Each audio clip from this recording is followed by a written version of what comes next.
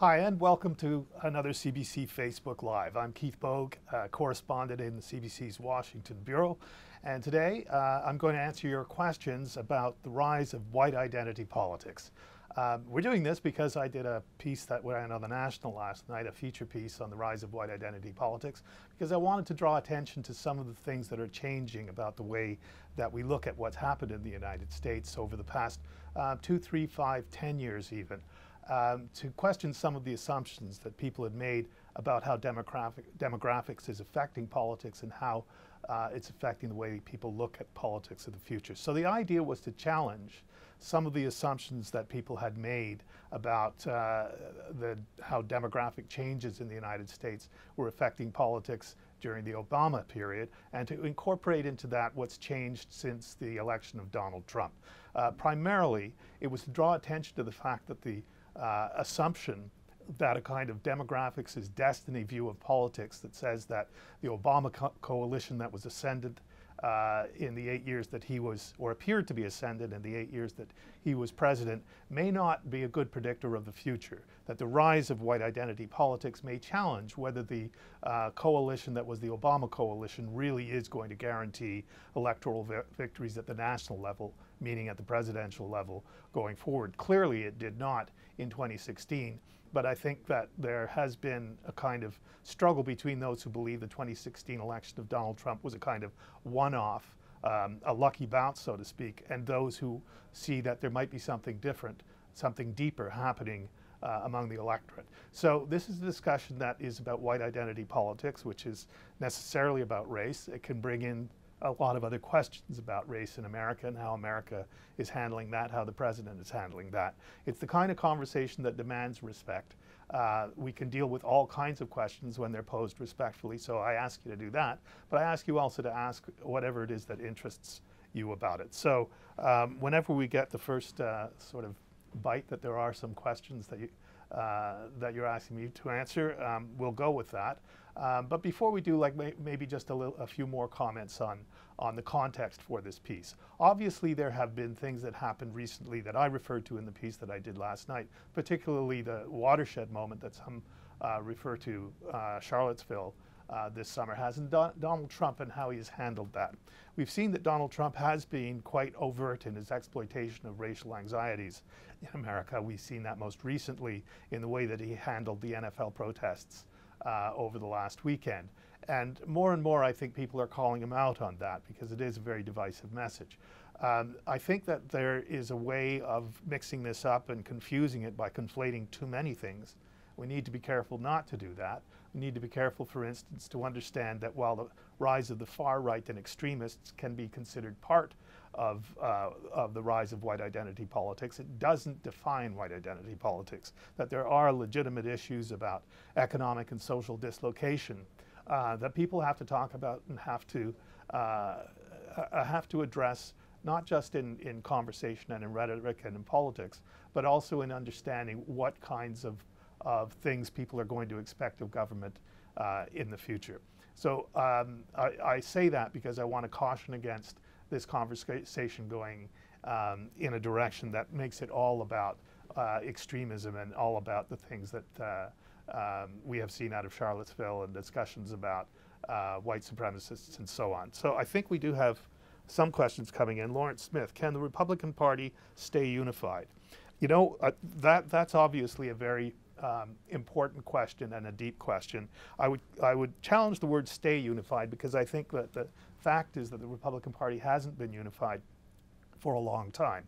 One of the reasons that you see the Republican Party unable to govern, even though it, unable to govern in a very large sense, deliver on its agenda, even though it controls both houses of Congress and has the presidency, is because it's not a united party. It has been pulling itself apart now for, you could say, the better part of the last 2 decades. But most particularly since about 2010 and the rise of the Tea Party movement, which has really kind of tried to impose a sharper right-wing conservatism on the whole Republican Party, and particularly the Republican caucus here in Washington. It has been effective in scaring Republicans away from compromise and moderation through years when the Obama administration could thwart any legislative efforts on its part. But now you see that that same component, faction of the Republican Party that was scaring people away from compromise is now scaring them away from governing. When they hold all of the levers of power in Washington, as I say, the White House, the House of Representatives, and the Senate, and they still can't accomplish their agenda, that means that there is something wrong internally with the Republican Party. I think if you pull back the lens and look at what's happening now with the election of Donald Trump, and that is a fracturing of the base of the Republican Party outside of its political component, the caucus. If you pull back the lens on that and take a long view, you might actually see this as a positive moment in the Republican Party's history. People may look back on this and say that this was the moment where Republicans had to face up to the fact that in many ways they had lost touch with America, that they had paid too much attention to just a particular part of it, and that they needed to pay more attention to other the same could be said of Democrats as well in a different context, but it's the Republican Party that seems to be most divided about this.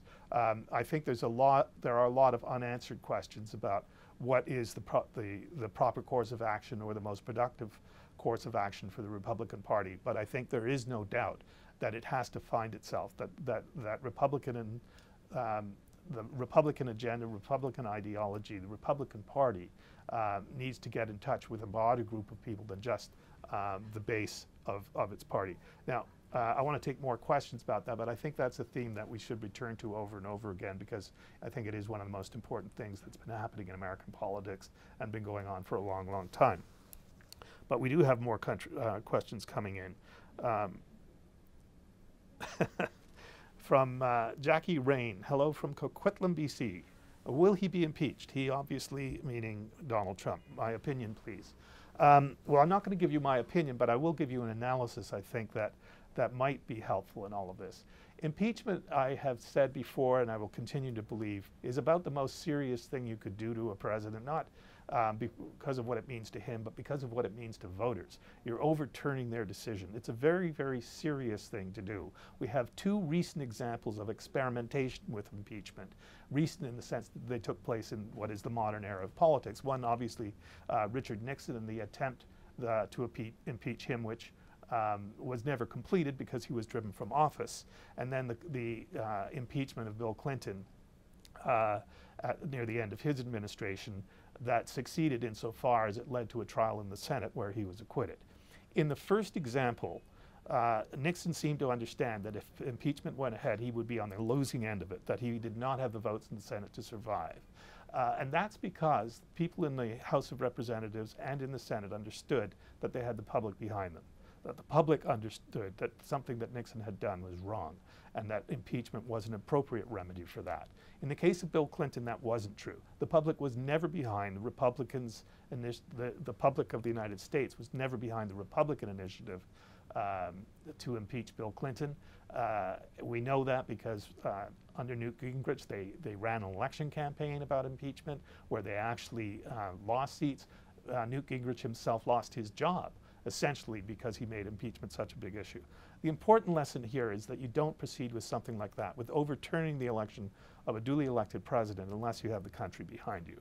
And it's a very difficult thing to measure whether that's the case. The public isn't confronted with the issue of impeachment right now, so it's very difficult to test that. You can't simply say that, well, his approval ratings are historically low. He's only at about 35, 36, 37%. So that means that people don't want him. If you were to pose the same question to the electorate, should he be impeached, you might get a very different result about that. There are all kinds of issues with Donald Trump that have to do with his competence, his honesty, and so on, that make people cautious of him or disapprove of him. But until the question is directly framed around impeachment, as it would be, you know, if the question were being pursued, for instance, by the Democratic Party in a more aggressive way than just the 2 or 3 members of the House that are pursuing it now, you might be able to begin to understand how the public really feels about overturning the results of the election. But until you do that, I don't think that impeachment really is in the cards for Donald Trump. I don't think that Democrats see they have an interest in making impeachment the issue of the 2018 midterms, because that would essentially make the issue about them. And that would have an impact perhaps of galvanizing Republicans and Republican voters who came out for Donald Trump in 2016, coming out not because they like him or are satisfied, but because they don't believe the result of an election should be overturned. So I don't know if I've given away an opinion there. My analysis leads me to think that it's politically perhaps not the wisest route for Democrats to take to pursue impeachment at this time. But obviously events can overtake that and change that analysis. It seems not to be the right time now. It may turn out to be the right time as we find out more and more about different things, including, for instance, whether there is much to the what's being called Russiagate by some, whether there's more to that than there appears to be. So now we have a lot of questions. I've been long-winded enough to build up a supply here. How can the United States, this is Thompson Ronald, how can the United States, the richest country in the world, known for its magnificent educational institutions, electing candidates whose speech closely resembles the populism of poor countries? A lot of that has, I think, to do with many, many different things. There has been, first of all, a conscious effort, I think, on the parts of some parts of the media to try to present the United States as a broken country over many, many years. This was Newt Gingrich's strategy for retaking the House, was to discredit political institutions in the United States, to discredit media institutions and so on. And all of this has a corrosive effect, I think, on the public's understanding of what their country is about. What we have seen with the election of Donald Trump is that his appeal to Americans who felt that they were being made fools of by the rest of the world, that they were being cheated, that they were actually not the great country that they used to be, had a lot of appeal. Things are changing in America. Demographically, they're changing. Economically, they're changing. Things are always changing. But what Donald Trump and others have done and tried to exploit is a sense that the country is being led in the wrong direction, that this isn't just the effect of modernity happening to the United States in the way that it happens to the whole world, that these changes that are in many respects global are things that constantly happen in history. There has been an attempt, I think, to try to say that this is a consequence of liberalism, or a consequence of immigration, or a consequence of the failure of democratic institutions in the United States. And I think that, ultimately people will believe what they want to believe. And if they believe that things were better for them in the past, then they will want to return to a past. But that's like wanting to return to a place that's not available to you. I'm not sure how clearly that is answering the question that you ask. But it's a very complicated question. It's an important question, obviously. And I think it's a question that will inevitably be coming up as we continue this discussion. So don't give up on me yet. Ian Carter, hello, Keith from Charlottetown. What is it like to live and work in Washington during these tumultuous times? Well, I mean, it's fascinating. It at times can be completely, for a journalist, it can be demoralizing to have to confront so often the big lie about the reality that we thought we all shared, even if it's about something so simple as how big the president's inauguration crowd size was. That can be a very dispiriting thing. But I mean, it's a tremendously fascinating thing to watch America go through what it's going through now. It's not been through anything like this before. There is no historical precedent for it. There is no other presidency that you can compare it to. And so it is such a big moment in history that a journalist can't help but be fascinated by it and feel as I do, which is very lucky to be able to cover it. At the same time, because of all of the things that are happening that were unexpected and are unusual and are breaking with political tradition, it's a tremendous learning experience as well. The learning curve is very steep, but we do have to, I think, as journalists, accept the criticism that we have been, to some extent, or to great an extent perhaps, in a bubble here in Washington and covering the politics the way that we have. And we have to learn new ways of talking about politics, new people to talk to, and understand that things that perhaps were not part of the conversation before, or perhaps were restricted from the conversation before, are actually legitimate things to talk about. And again, white identity politics, which is this, sort of the nominal title of this chat, I think is one of those. So what's it like? It's great. I'm enjoying it very much. It's a great way for someone like myself, who's on the back nine of his career, to finish things up. Catherine Morris, how will underemployed, undereducated whites actually find jobs in the new economy? I mean, if I had the answer to that, I could make a lot of money. But I think that, that there are several realities that are bitter and hard to deal with that are associated with that question. I mean, Donald Trump has been criticized, and probably correctly so, for trying to convince people that the economy that supported them in the past can be brought back again. I mean, when he gives details to the jobs that he's bringing back in the coal industry, for instance, does that really sound like the future that you want to build your economy on? They're going to be casualties. I've covered trade issues and economic issues on both sides of the border throughout most of my career. We paid short shrift, perhaps, to the notion, in Canada, when we had the Canada-US free trade deal, that there would be winners and losers. We would use the expression, but we perhaps did not investigate too much beyond identifying who the losers were going to be, what that actually meant to communities and to people, so that we could see that there would be losses in the manufacturing, certain parts of the manufacturing sector, and we could say that the trade-off in trade was, these advantages in another sector. But I don't know that we really did a good enough job of continuing to watch that and see what it meant for the social fabric of the United States, social fabric, rather, of the community. But what the answer is to that, I don't think I'm qualified to say what the answer is to that, because I've seen too many people with far more expertise than I have venture into that field and come up empty or wrong. I mean, they haven't figured it out yet.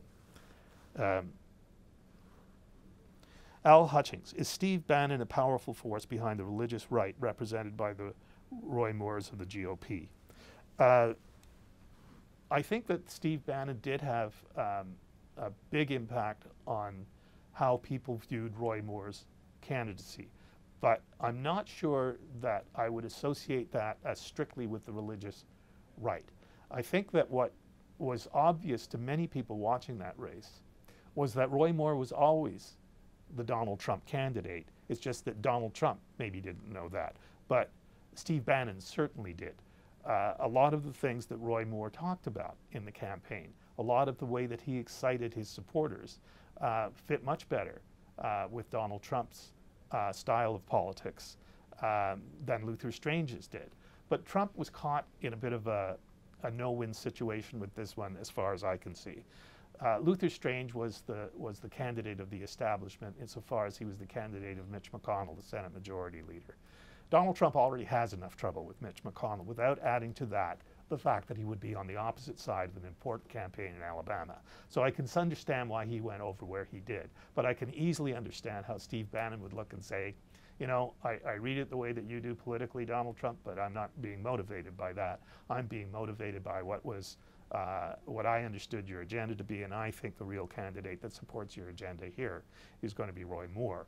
I think that's how that turned out. And I think that Steve Bannon, I think he is a clever enough political figure to be able to craft a message that tells people that by voting against the candidate that Donald Trump is backing, they are in fact supporting Donald Trump's agenda, not denying Donald Trump his agenda. And I think that had a large part of what you saw on Tuesday night. From Sandy Hunter, when will the party turn off his Twitter feed? I think we've got to be case-hardened about that. It's not going to happen. Donald Trump doesn't really care as much about the party as he does about what he believes are the core things that brought him to where he is. That's a tremendously persuasive argument if you are Donald Trump. You took on the establishment in 2015 and 2016 and you beat them soundly. There is no doubt about that. And so when these people come and tell him that the methods that he used and the tools that he used are the tools that he should put aside in order to better serve their agenda, I understand his suspicion about that. But I mean, there's a kind of a craziness to it that's undeniable as well. You know, while I understand that there is an argument that Donald Trump can make to persuade himself that this is a good thing for him, I think objectively you can look at that and say, you know, it does you an awful lot of harm as well. And if you can't regulate it, maybe you shouldn't be allowed to use it. But there isn't anybody, I don't think, around him in the White House, including his family, that could wrestle Twitter out, his phone out of his hands and get him off Twitter.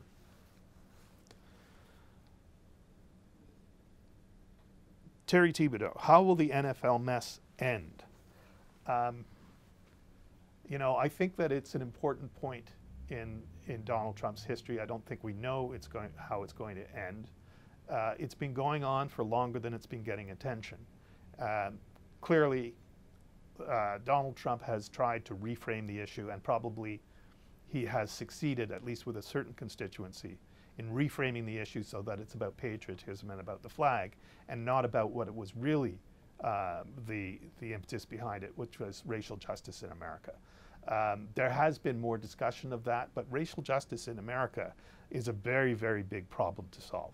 So, you know, the NFL, I mean, I think it's obvious that what's happening in the NFL with kneeing is not going to eventually lead to racial justice in America. It may lead to a conversation, but the issue itself has bedeviled America, you know, for 400 years. And the frustration that has led to African American players using their platform to try to draw attention to that, while it's understandable, it also is a goal that's very, very difficult to achieve. The question, I think, is how successful will Donald Trump be in reframing that in a kind of ugly way, to make it not about the issue of racial justice, but to make it about an issue of patriotism. How that will end, you know, we just don't know. Whether, I mean, maybe it's over now. Who knows? We'll have to see whether he tries to keep it alive and what he does to try to keep it alive.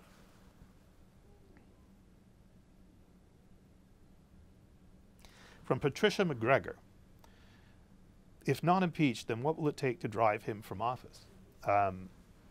Well, I guess the most obvious thing would be a devastating report from the special prosecutor, Robert Mueller, that indicates that there has been criminal activity, real collusion with the Russians.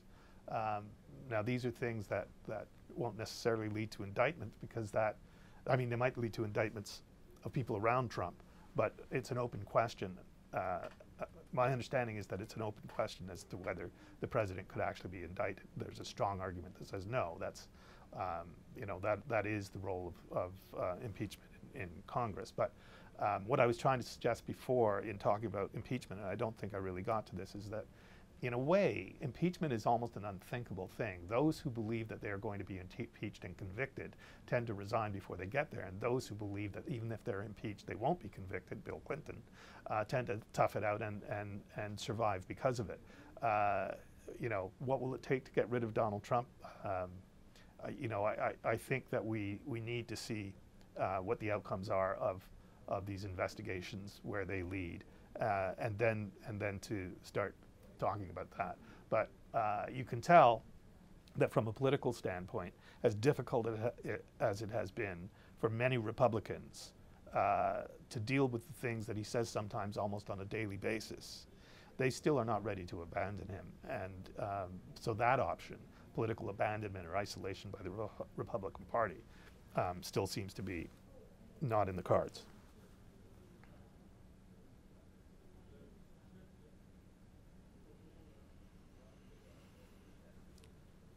Lorna Acker, I thought the Electoral College was put in place so this couldn't happen in the United States of America. Well, you know, I mean, the Electoral College was put in place for different reasons, but in all of the explanations that I've seen, or the analyses that I have seen, that there is some component of minority interest that is a component of the argument in favor of an Electoral College, that it protects the country supposedly from going off the rails because it's been guided by the passions or the momentary passions of an unrealistic majority. And if that's what you mean by how the Electoral College was supposed to have prevented this, maybe that's true. But it didn't. I mean, you know, earlier when this began, I did introduce the idea that Donald Trump either was elected because something was fundamentally changing in America that we had not been paying close enough attention to, or he was elected because he got a lucky bounce and it was kind of a fluke. There'll be a long discussion about that, I think, for a while. But suffice to say that if you thought that the Electoral College was going to prevent the election of Donald Trump, no instrument is probably perfect.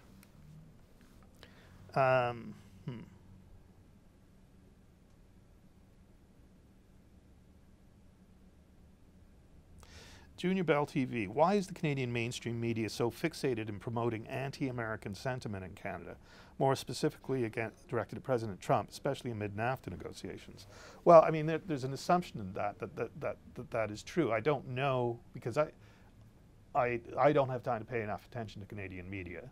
But if you're talking about me and the CBC and what we do, I think that what we do is, I mean, I would be aghast if someone thought that I were anti-American. Because I am not anti-American.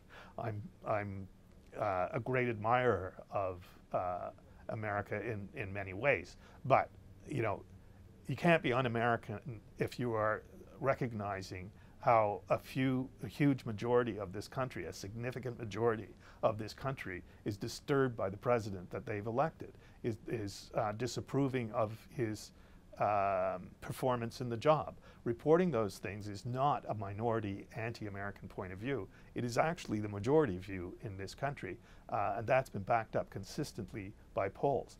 To think that this is a presidency like any other and should be treated like any other, I think is perhaps a little bit naive. There hasn't been a presidency like this, and the coverage of it, I think, befits the fact that there's so many extraordinarily different things that Donald Trump does that seem to be in many ways divisive on a domestic scale, or dangerous on an international scale, or unthought through just on a political scale. I think that you know, even something as simple and straightforward as the failure of the administration to deliver on its promises on healthcare tells you something that is very, very important about where we are in politics right now, and that I think it's very difficult to take a non-critical view of that. I think Republicans would agree with that. So I know that there's a tendency to want to blame the media for how it covers things when things don't turn out the way that some people want them to, but you know, it's not always true that it's the media's fault. From Terry Thibodeau, will Sean Spicer ever find employment in Washington? Well, yeah, I mean, there are lots of things he might be able to do in Washington. He does have relationships, but he is someone who's left the White House, I think, with far less equity than many others. I mean, you know, his behavior as press secretary really diminished his ability to perform like others, you know, Joss Earnest or others who've had that kind of job and have been seen as skillful spinners who could toe the party line and communicate the message without lying. But that's not Sean Spicer. He stood there and said things that were not true and that he knew not to be true. And that has had an impact on his marketability in this town. But there are things he could do.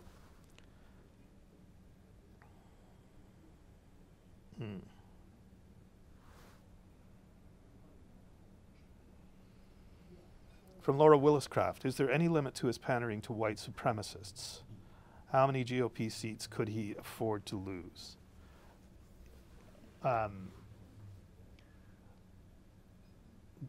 Donald Trump thinks that he is not pandering to white supremacists. He thinks he's being treated unfairly by the media when they fail to report, in his view, they don't actually fail to report it, but he says they do, that he condemns white supremacists, neo-Nazis, and the KKK.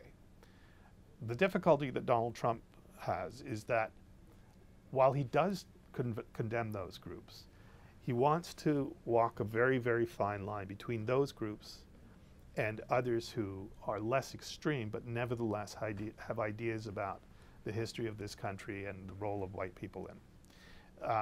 I think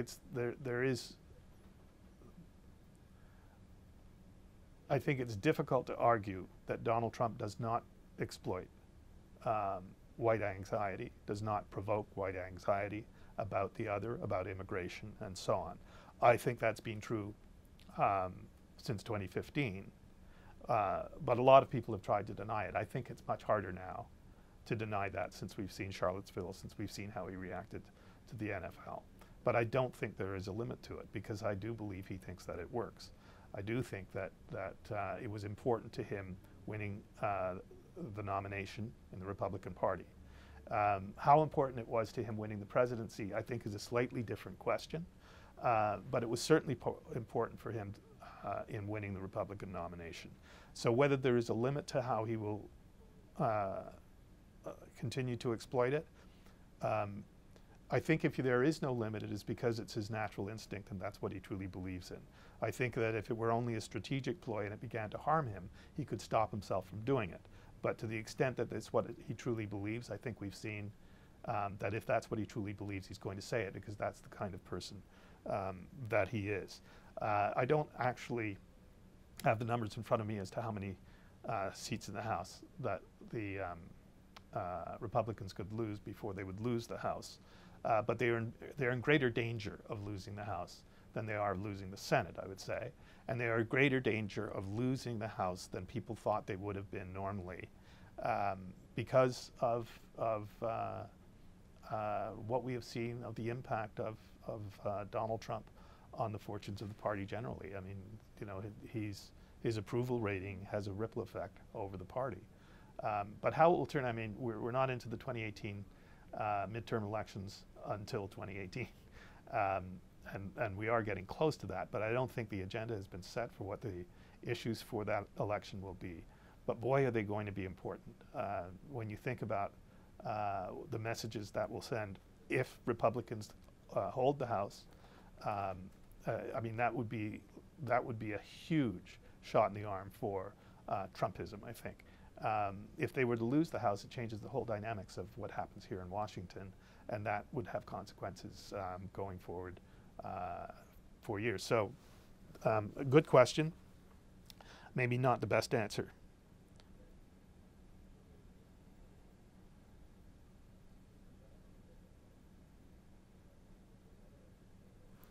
From Earl Gibbs, I feel that the power elite is seriously realizing we've figured out their self-serving economic agenda. Do you feel the corporate America is doubling down on dividing the population so that we fight amongst ourselves rather than focus on their end game?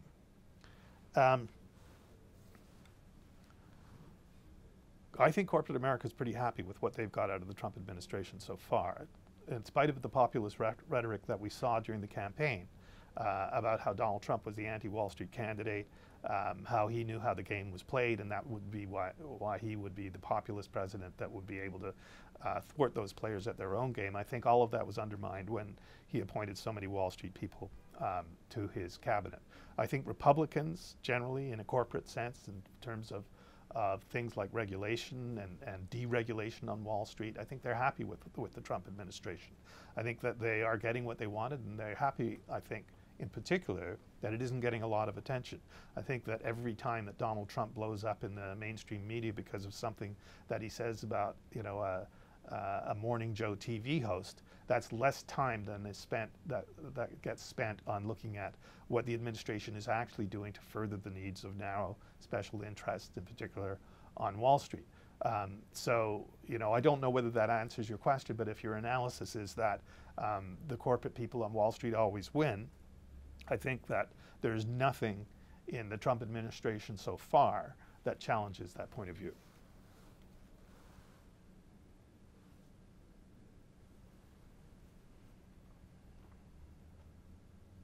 From Evan Gandola, do you think the Democrats can or will mount an effective resistance to Trump and his right-wing agenda? Almost a year after the election, and I have yet to see them take any steps to solidify a platform and make inroads with the American voters. You know, very important question, and I think in a sense the question almost contains the answer. Democrats are, I don't want to say that they're divided about this, but they certainly haven't figured out what their route forward is. There is a lot of talk about whether they have allowed themselves and their agenda and their way of doing politics to be hijacked by a fascination with identity politics, a fascination with pulling together a coalition of people that represent the new face of America at the expense of coming up with a cohesive economic agenda that addresses the real concerns of voters. And until they do that, the argument goes, then no, they won't be able to provide themselves with an effective argument against what Donald Trump is saying. I think that there is some truth to that argument. There are a lot of things that go into what made Donald Trump successful. And one of them that I think that is important is that to a certain segment of those who supported Trump, whether he succeeds in doing what he said he would do is unimportant. What was important was sending the message that that politicians, mainstream traditional politicians, were so completely out of touch with what was of concern to Americans, particularly working class white Americans, that they felt that Donald Trump was not just as good as any of them, but you know, it was kind of like how bad he is a way in a way a way of judging, of sending a message about how bad they thought the institution is. You know, their contempt for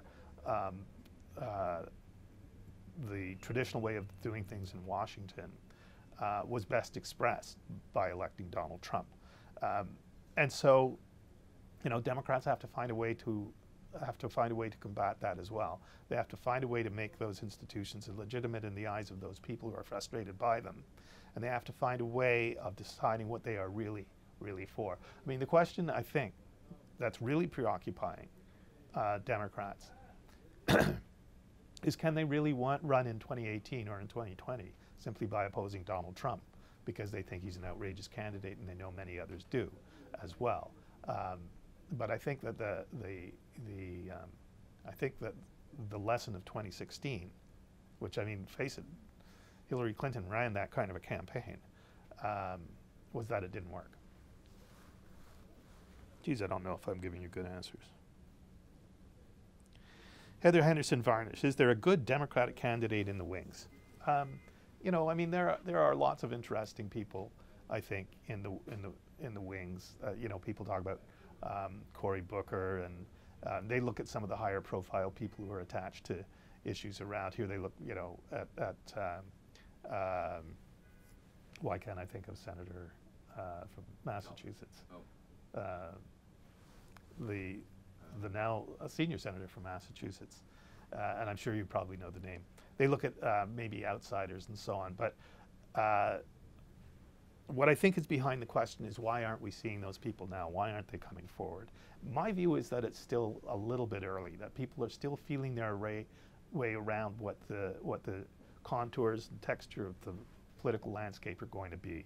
That you know, things will begin to pick up a little bit going into the midterms next year, and people will probably make decisions about whether they want to come forward and run and seek the nomination of their party.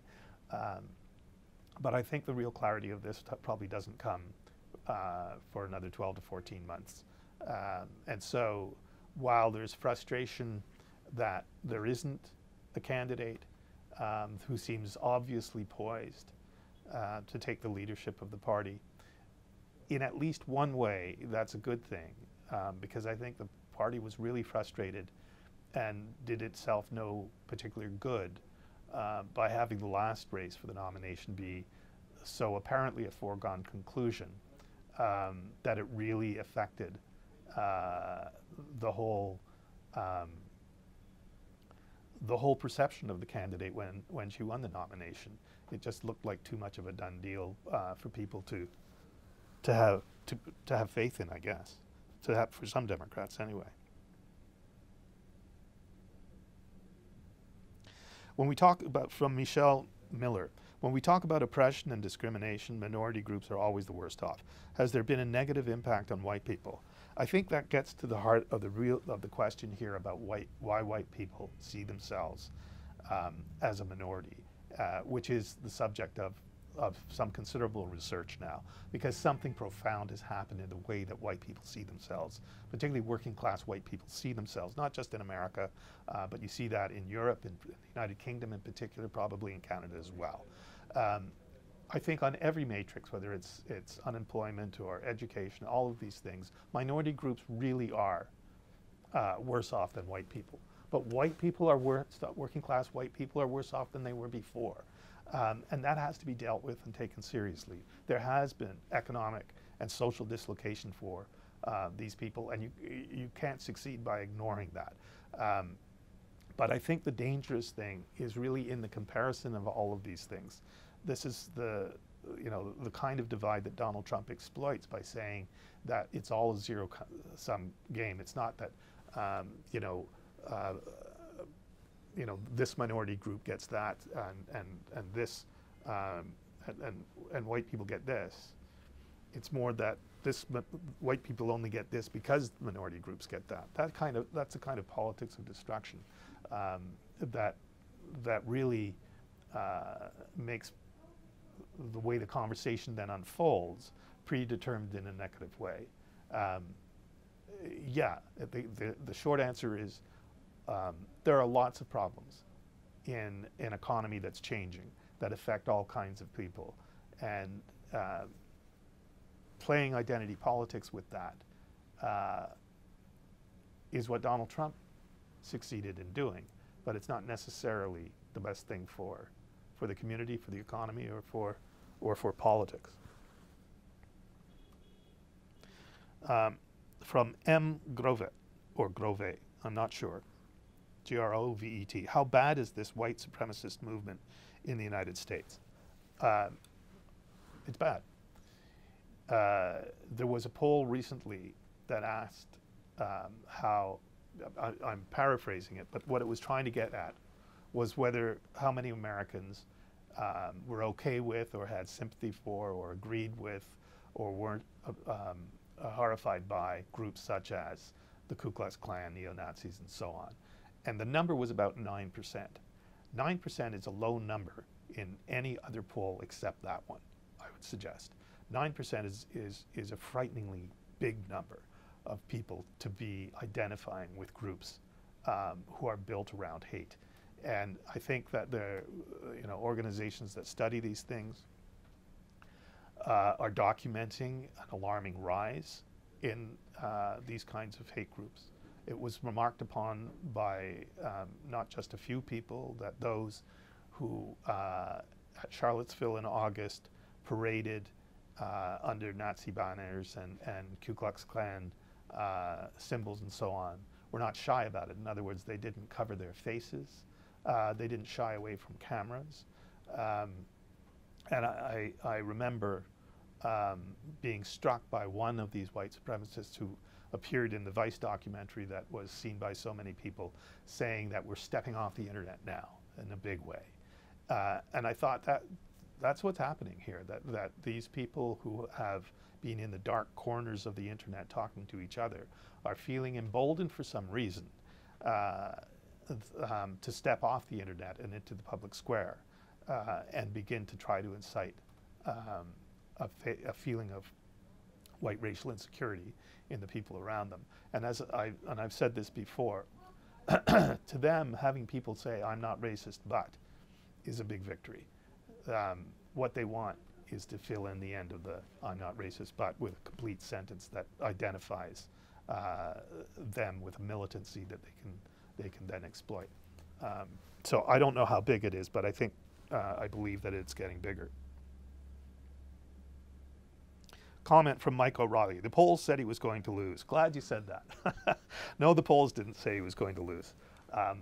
The polling forecasters or the projectionists took the polls and said this means Hillary Clinton's going to win. But the polls, national polls in particular, were pretty much dead on.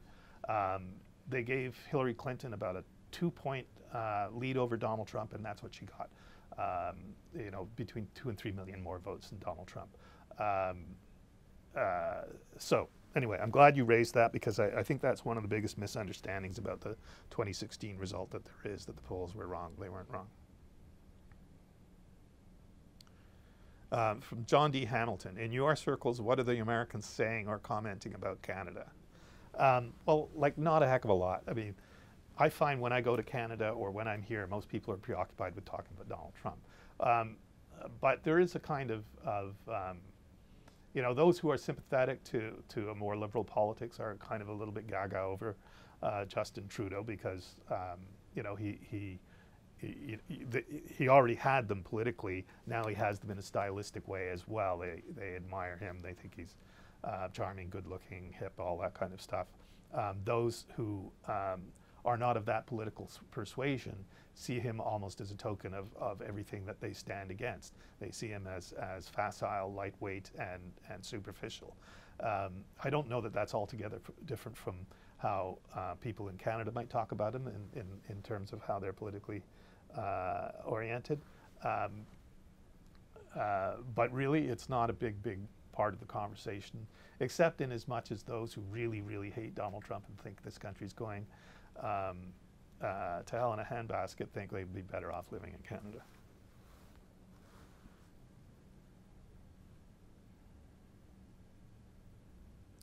Carol Johnson, do you think there's a chance that the midterm elections will change the balance of power? Yeah, I think there is a chance. I don't know how good a chance there is, but I think probably a better chance than people typically think, for a couple of reasons. First of all, Republicans do have a built-in advantage on turnout for midterm elections.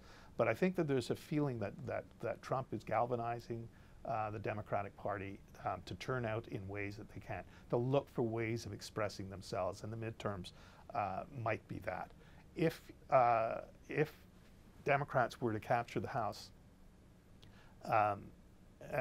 they actually have an effective, they would likely have an effective governing caucus, governing in the sense that they could put forward legislation, or they could thwart the president's agenda. Not that it would get past the Senate. I don't see the Democrats having really a big chance of winning the Senate, and obviously Donald Trump is presumably still be in the White House. So it isn't going to be something that becomes a very positive reform or a progressive reform. But what it does very likely is stop Donald Trump in his tracks on a lot of things that would be very important to him. For instance, if he doesn't have money for the wall before the midterm elections and loses the House, then I don't think it's possible that he's going to have money for a wall after that.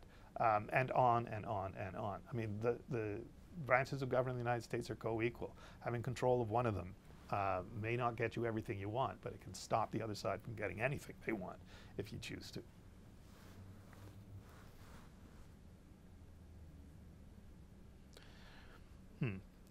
From Robert Stafford, what can we do as Canadians to stop the American political rhetoric from crossing the border and influencing our people? Well, you know, I guess in a concrete way, there's nothing that you can do about that, because there are no borders on the internet to prevent the kinds of messages spreading. But what really, I think, is effective is competition in terms of those ideas, a credible media, respect for institutions. All of those things can shoot down you know, some of the wilder parts of political rhetoric before they gain traction. And I think what we've seen happen in the U.S., for instance, is that, you know, over a longer period of time, there has been a real split in terms of how the media views views America, views the issues, views the people, views where we are in history. There really hasn't been an equivalent of something like Fox News in Canada. You know, the Sun News Media attempt to try and start something like Fox News, you know, failed for reasons that, you know, we don't need to get into here. But it also didn't ever really mirror what Fox News was doing, as far as I can see. Fox News really has had a profound impact on political discourse in the United States. You can't overstate that. It has been deliberate, it has been corrosive, it has been unjournalistic in many of its programs, not all of them, but in many of its programs. And to the extent that people believe that they are getting a fair representation of the surrounding reality from Fox News, they have not been. But that means that the fact they believe they have been means, you know, has all kinds of spillover effects to, in terms of how they view where they are or where America is in the world right now. And I can see all kinds of conservatives wanting to disagree with me on that, but go ahead.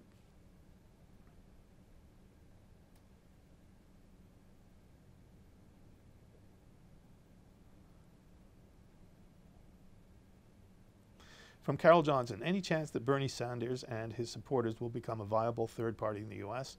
And is this impact positive or negative regard Democratic path forward? Third party politics, I don't think really, I don't find there's a strong argument for third party politics in the United States. It's not their culture. It's not the way they're used to dealing with their system. And when you look at what Bernie Sanders did when he wanted to become president of the United States, he didn't start a third, even though he's an independent senator from Vermont, he didn't start an independent party. He sought the Democratic nomination because he was serious about becoming the president, and he understood that if you're serious about it, you need to be attached to one of those parties. By the same token, I tend to dismiss the notion that Donald Trump will start a third party because he'll have some big breakup with the Republicans. I don't think those things are going to happen. But the second part of your question is impact positive or negative re-democratic path forward? You know, that's the question the Democrats are trying to answer as well. I mean, there's still a lot of animosity and bad feeling within the Democratic Party about what some of them believe that Bernie Sanders did to Hillary Clinton. They're not over that yet. But I think in terms of his policy agenda, well, we saw what happened when he proposed something recently on a single-payer health care. Regardless of whether the actual policy prescription was realistic in anybody's interpretation, the direction of it certainly was. And that direction was inspired by Sanders' campaign, and that direction is being picked up by serious people in the Democratic Party now. Again, the policy prescriptions, the particulars of that, the specifics and so on, I mean, they may be unrealistic, they may be not well thought out, they may not be thought out at all. But the direction of it is the important thing. The direction of it is what people will listen to. And what that means is that the Democratic Party is serious about what is clearly, you know, a left-wing component to a policy agenda.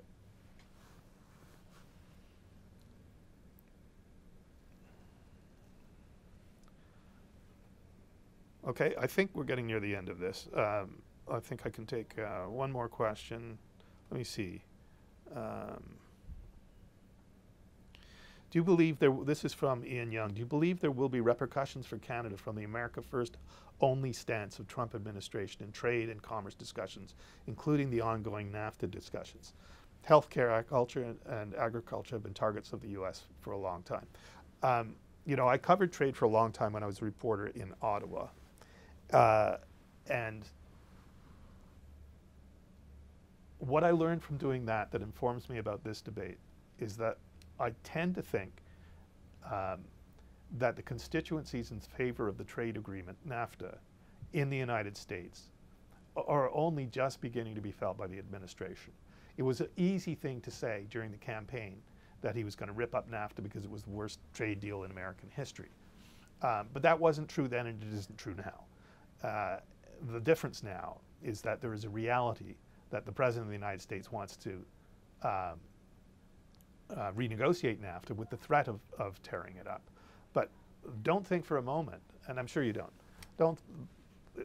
the constituencies that are opposed to trade deals I have found are much easier to spot and have a much easier message to communicate. Whereas those who benefit from it, because the benefits are sometimes amorphous, have a harder time finding their voice and pointing it out. But it is beginning to happen. I think the idea that Donald Trump will rip up the trade agreement is one to be taken seriously because it's important. But at the same time, it's way, way more complicated than I think that he understands. And I'm not sure that he understands all of the constituencies that have a vested interest in the way the agreement has been working, even if they might want to see some improvements to it. I don't know that that means that they aren't going to target industries in these negotiations that they have always been after. I'm sure they will because it's an opportunity. But you know, the problem with trade negotiations is that both sides want things before they give up things. That's what a negotiation is about. And the way the issue has been framed by Donald Trump, you really don't get that. You really don't get a sense that that he understands the interconnectedness of all of these things, how it's a give and take, and how fundamentally different that can be from a real estate deal. Anyway, that's it for me for now. I'm getting a little too dry. I hope that I've answered your questions to some degree of satisfaction. I know I haven't done it in every case, but I don't think that'll ever be possible. At least give me some credit for trying. And I look forward to doing the next one of these, and I hope you join me for that one too, on whatever subject it may turn out to be. So for now, I'm Keith Boag in Washington. Thanks for tuning in. Thanks for your questions.